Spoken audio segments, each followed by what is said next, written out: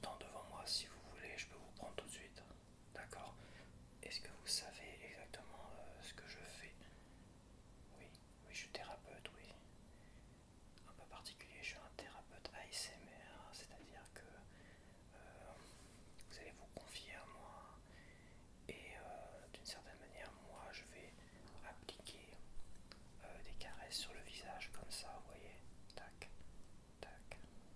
Dessiner des traits sur votre visage pendant que vous me confiez vos problèmes et tout ça. C'est une méthode assez particulière, c'est pour ça que je préfère toujours le préciser avant pour qu'il n'y ait pas de malaise. Voilà. On est d'accord? Bon, bah, je vais vous inviter à rentrer et à vous asseoir, comme ça je vais prendre vos coordonnées, tout ça, puis on va s'y mettre. D'accord? Allez, bah, je vais d'abord prendre votre carte vitale, s'il vous plaît. Merci. Hop.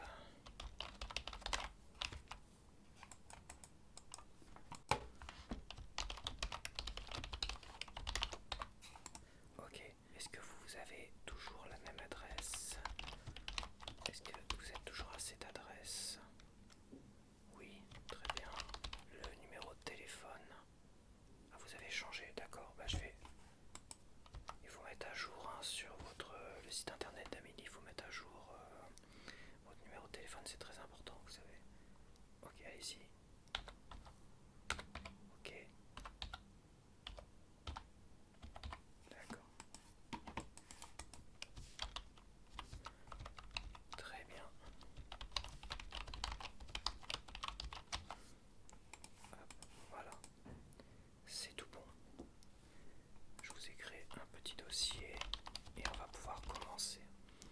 Donc, alors, quelle est votre problématique? D'accord.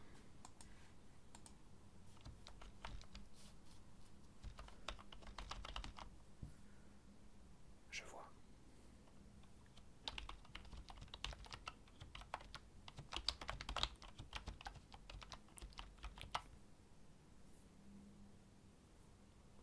Ok.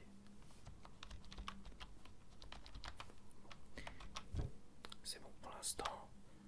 C'était juste pour créer un dossier. Après, il y aura des prises de rendez-vous.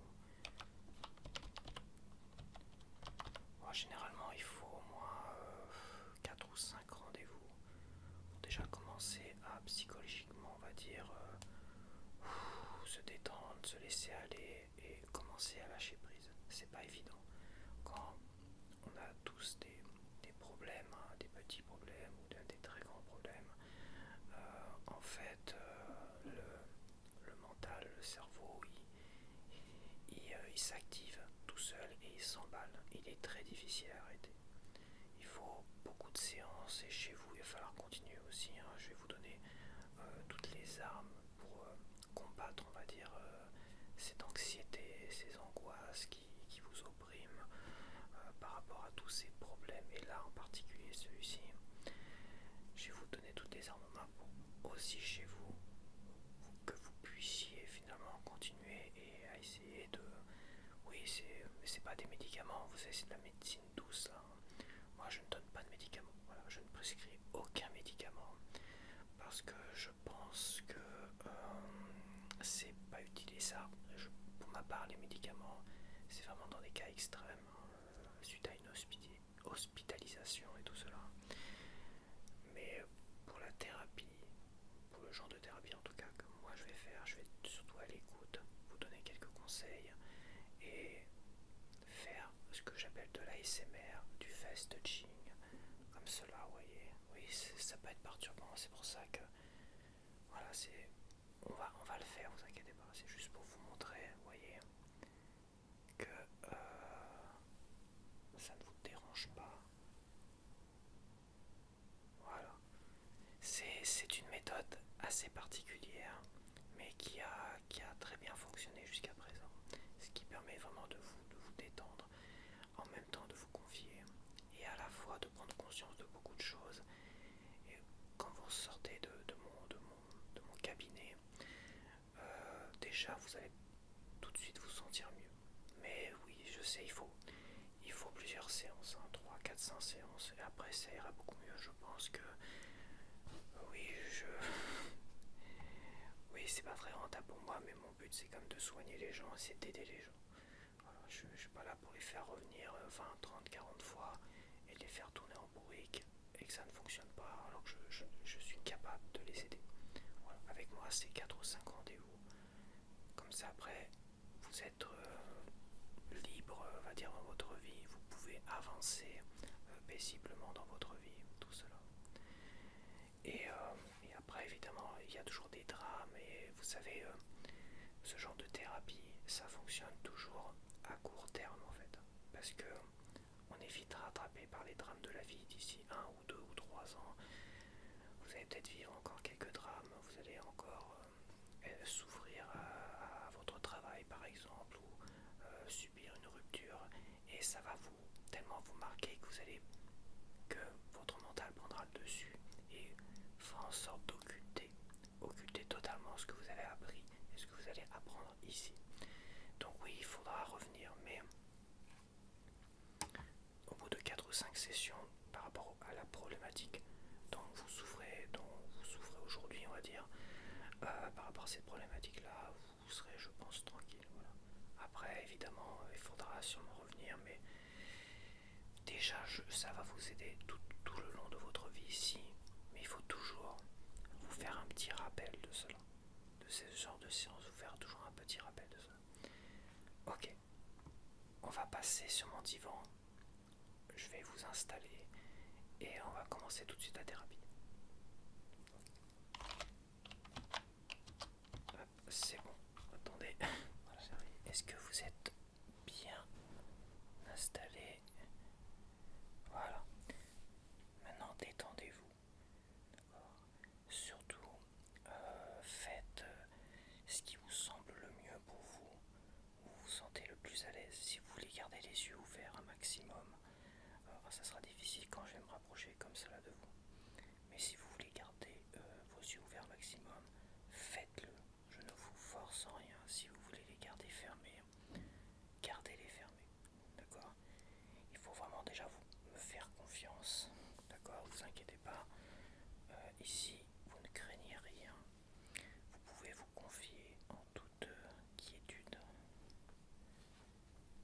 Et ça va bien se passer. Voilà. D'accord. Ok. Alors c'est parti. Commencez par le départ.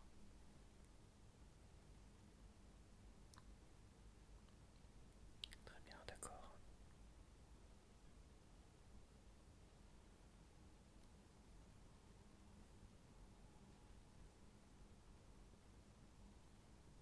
Je comprends, oui.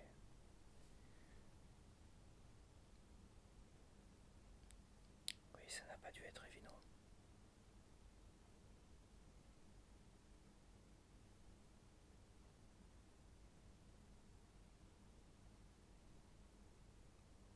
D'accord.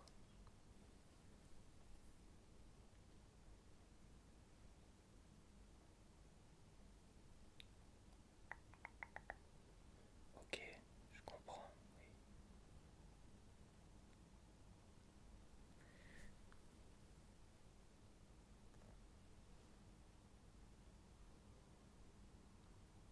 Continuez, je vous en prie, continuez, continuez. N'oubliez aucun détail.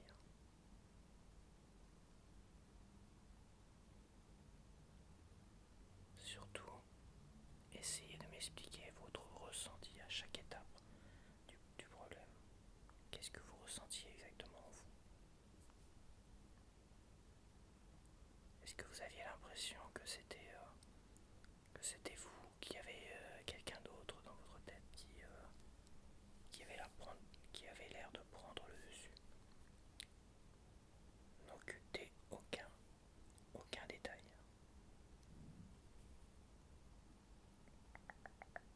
Ok,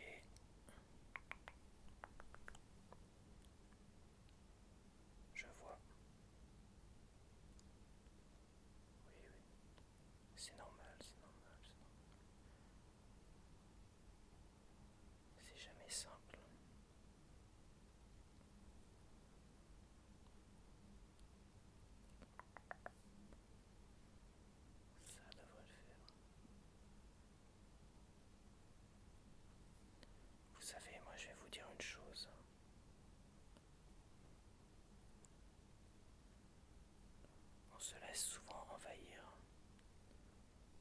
petits problèmes. Et au cumuler les petits problèmes vous entraîne vers un problème beaucoup plus gros. J'appelle ça l'effet domino. Oui, l'effet domino. Vous vous agacez pour une chose totalement futile. Vous laissez votre esprit s'agacer encore plus. Et finalement, vous allez trébucher, vous allez faire tomber quelque chose. En fait, il y a un effet domino derrière et vous allez toujours un peu plus vous agacer jusqu'au très gros problème qui va arriver. Et là, ça va être le drame. Ça s'appelle l'effet domino. Dès le départ,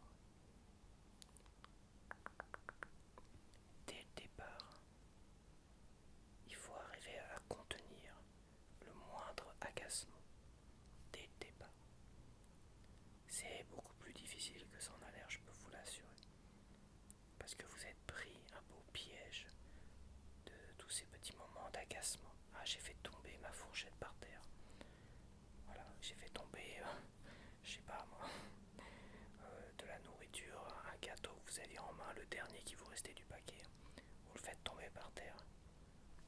Ça, c'est quelque chose qui pourrait m'agacer, mais quand vous savez que vous allez vous agacer, que ça monte, c'est à ce moment-là qu'il faut tout de suite prendre conscience de cela et se dire c'est pas grave. Ne cherchez pas à vous trouver des excuses. Bon, c'est un mal pour un bien, oui, ça peut être bien. Même pas, ne cherchez pas à analyser, à tergiverser. Passez à autre chose tout de suite. Faites comme si de rien n'était. Faites comme si c'était drôle, d'une certaine manière. Comme si vous alliez raconter une histoire assez drôle à un de vos proches le soir. Alors, tu sais que le dernier gâteau de mon paquet est tombé par terre. Alors, en plus, j'avais très très faim, vous voyez. Bon, peut-être pas obligé d'exagérer non plus, mais oui, ça paraît toujours drôle. Bon, c'est pas marrant, c'est sûr. Mais ne cherchez pas ni à analyser, ni à tergiverser. Passez à autre chose tout de suite. C'est un travail de chaque instant. C'est toujours très très important. Après, évidemment, quand les problèmes sont là, sont présents et bien ancrés, là, c'est beaucoup moins évident. Vous manquez toujours d'entraînement. Vous manquez d'entraînement. Souvent, vous savez, il ne sert à rien d'analyser. On voit beaucoup de thérapeutes qui vous demandent d'écrire des journaux, un journal intime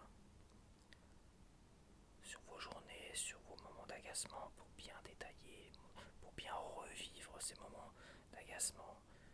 Oui, ça peut avoir un côté exutoire, je suis d'accord, mais à la fois ressasser les problèmes, c'est insupportable. C'est donner une emprise.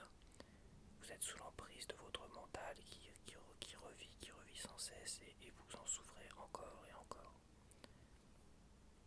C'est pas forcément une bonne chose. Par expérience, je vais dire une chose très simple.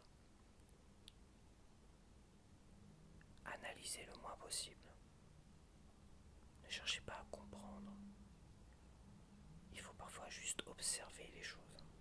Vous observez vos pensées, vous observez ce qui est en train de se passer, comme si vous étiez spectateur de cela, pas comme si vous étiez une victime. C'est ça le problème, c'est que votre esprit cherche à vous faire passer pour une victime. Et en tant que victime, vous êtes en colère. C'est injuste parce que voilà, c'est injuste de laisser tomber ce genre de choses. C'est injuste tout ce qui se passe dans la vie. Toujours être une victime, mais en fait, soyez spectateur. Regardez d'un peu plus haut, d'un peu plus loin. Jamais en cherchant à analyser. Toujours à essayer de ressentir les choses, mais sans plus. Comme si, comme si toutes les choses étaient douces, étaient belles. Comme si finalement c'était le déroulement logique de la vie. comme si vous regardiez, vous vous asseyez au bord d'une rivière et que vous regardez s'écouler la rivière. Voilà, sans l'analyser, sans chercher à la comprendre, juste en admirant cette rivière. Et c'est le déroulement de votre vie. Il peut se passer des choses, il peut y avoir un poisson qui saute à un moment donné hors de l'eau, de la rivière.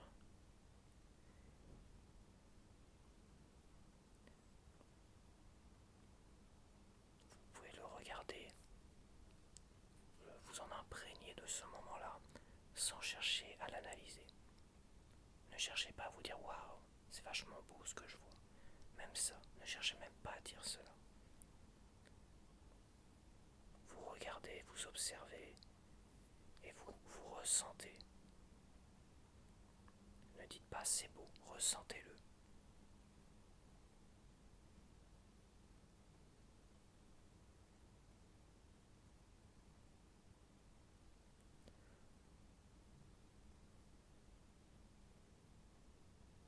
Je sais, je comprends, je comprends.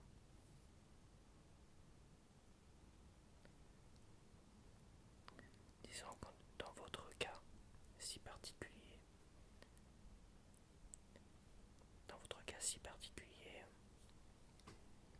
ce que vous pouvez faire également. Vous savez, moi je règle pas vos problèmes. Je peux pas régler vos problèmes directement. Voilà. Je cherche seulement à vous apaiser, à essayer de vous trouver, de vous guider vers la meilleure façon de penser pour corriger au mieux vos problèmes.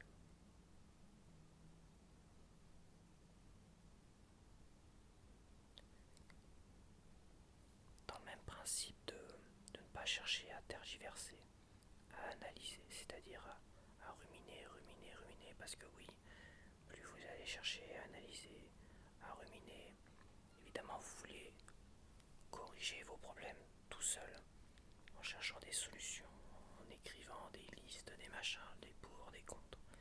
En fait, souvent, vous avez la réponse, elle est juste là. Elle est là. Elle est en face, elle est là. Elle est claire, elle est nette, elle est précise. Et la meilleure façon de l'extraire de vous-même, c'est de vous poser la question rapide. C'est qu'est-ce que je peux faire maintenant, rapidement, tout de suite, pour améliorer ma situation par rapport à ce problème. Qu'est-ce que je peux faire là tout de suite? Je ne veux pas analyser, qu'est-ce que je peux faire là tout de suite? Et laisser la réponse venir. Et la première réponse qui vous viendra à l'esprit, souvent ça sera la meilleure. Et il ne faudra pas, surtout pas, chercher à l'analyser. Il faudra, ok, c'est bon, j'ai eu ma réponse, je sais ce qu'il faut faire. Hop, je vais faire autre chose, je vais aller faire mes cours, je vais aller faire à manger, vous continuez votre vie. Et le moment venu, hop, vous agissez, vous faites les choses au présent, au bon moment. Vous voyez ce que je veux dire? Ça marche pour les petits problèmes, pour les gros problèmes. C'est un travail aussi à faire, ça ne marchera pas à tous les coups. Parce qu'au départ, la première fois, vous allez vous poser plein de questions. Ça, c'est votre esprit qui prend le contrôle. Vous êtes sous l'emprise de vos mauvais côtés, de votre esprit qui cherche à vous perturber. C'est lui qui vous martyrise, qui vous rend anxieux, anxieuse. C'est lui dont il faut se méfier. C'est pas vous. Vous n'êtes pas votre esprit, vous êtes vous. Et votre mental, c'est votre boîte à outils pour avancer dans la vie, pour réfléchir et tout ça. Mais si votre boîte à outils prend le contrôle de vous-même, vous êtes sous son emprise. Vous voyez ce que je veux dire? Et les questions rapides, comme ça. Je veux une solution rapide là, maintenant, qu'est-ce qu'il faut que je fasse? Hop.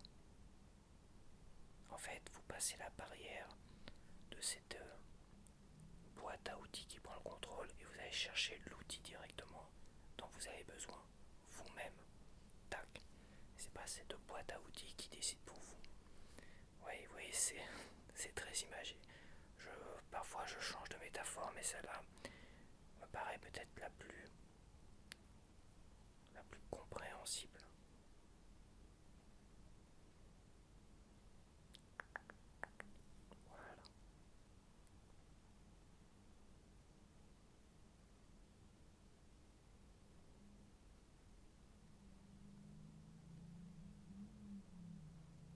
déjà, ça va mieux là. Je vous sens déjà beaucoup plus apaisé. Ah oui, on ne peut pas rester définitivement comme ça, mais de toute façon, je vais vous inviter à revenir. J'ai un peu de temps devant moi si vous voulez. Généralement, je garde toujours un peu de temps, 10 minutes, un quart d'heure, pour que vous fassiez une micro-sieste et que vous puissiez un peu vous endormir, vous reposer. Mais toujours une micro-sieste, car il va falloir reprendre le cours de votre vie derrière, mais plus sereinement.